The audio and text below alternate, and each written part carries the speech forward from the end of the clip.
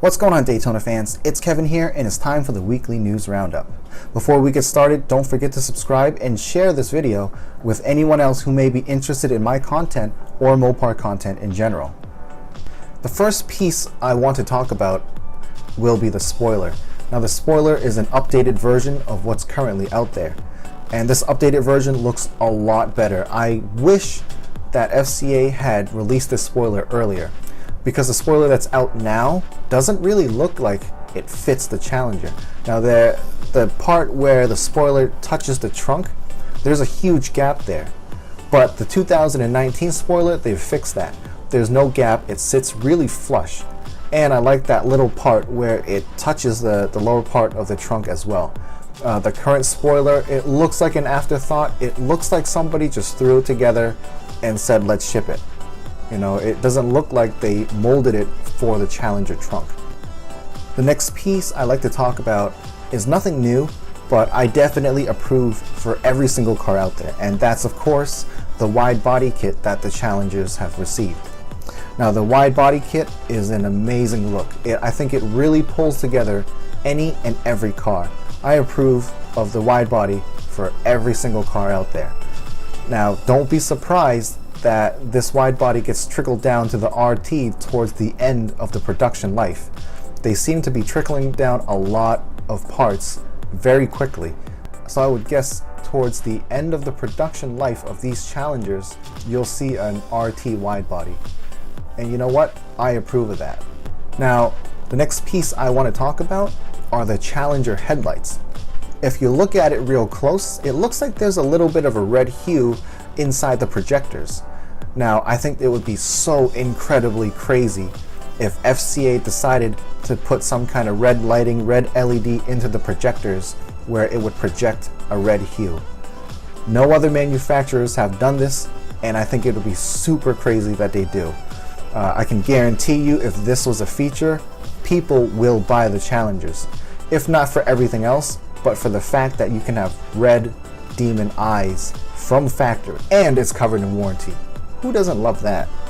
Now, the last thing I want to talk about is the Hellcat hood that's on the car. Now, this is of course a trickle-down hood from the Hellcat.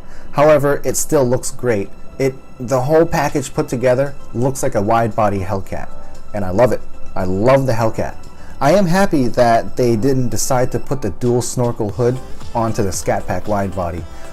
I know a lot of people have been saying you have to see it in person. It looks a lot better in person, and I do believe that, but you know what? I haven't been able to see it in person. So from all the footage that I've been able to see and gather, I don't think it looks that good. I don't approve of it right now, but don't be surprised that once I see it, I fall in love with it with the rest of the hood lineup. Now, there are only two things that I have an issue with the Challengers, and honestly with the Challengers and Chargers in general, and that's the interior. The interior is nice, don't get me wrong, but it's not unique. You hop into a Demon, you hop into a Red Eye, you hop into a Hellcat, they all look the same. Aside from a few extra things that they put into the interior, everything looks the same. And I disagree with that very, very strongly. You know, if you're paying for a $50,000, $60,000, $70,000, $80,000 car, you'd like it to be a little more unique. And I think this is where FCA falls short. If you look at the 2007 Dodge Charger Daytonas, those are more specific. Those are more unique to the cars. The interior center console and the shifting console is color matched to the exterior. In addition, the seats and the steering wheel are color stitched to the exterior. And let's not forget that they have a specific nameplate that tells you the production number of the Daytona you have.